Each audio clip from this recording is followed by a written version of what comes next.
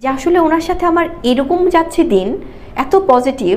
আমরা আমাদের শেহজাদকে কিভাবে বড় করব, একসাথে কিভাবে সুন্দর একটা বন্ডিং থাকবে আমাদের, সেটা নিয়ে আমরা কথা বলছি। আমরা একসাথে টাইম স্পেন্ড করলাম। আমার সন্তানের বাবাকে যারা হিপনোটাইজ করেছে তার কি কারিশমা আমি জানি না, মানে হিপনোটাইজটা কি। বুবলির পাশে সাকিবের উপস্থিতি সাকিব ও অপুর সম্পর্কে ফাটল। দীর্ঘদিন ধরে অন্যদিকে সাকিবের সাথে অপু বিশ্বাসের অন্যদিকে সুসম্পর্ক থাকলেও সেই ধারা এখনো অব্যাহত রয়েছে কিনা সেটাই এবার মূল প্রশ্ন হয়ে দাঁড়িয়েছে।